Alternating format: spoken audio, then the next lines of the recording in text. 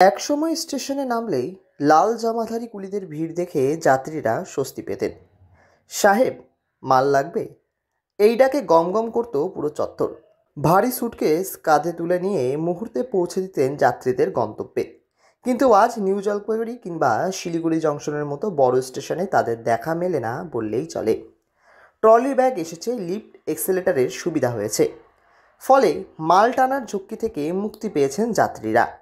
কিন্তু এই আরামেরই মাসুল গুনছেন কুড়িরা।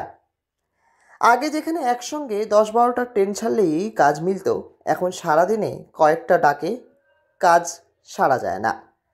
স্থানীয় কুলি দীনেশ কুমার মুখিয়া জানান, আমাদের পরিবার বহু প্রজন্ম ধরে এই কাজ করছে, অন্য কোনো পেশা নিয়ে ভাবিনি কখনো, কিন্তু এখন ডাক পড়ে না বললেই চলে।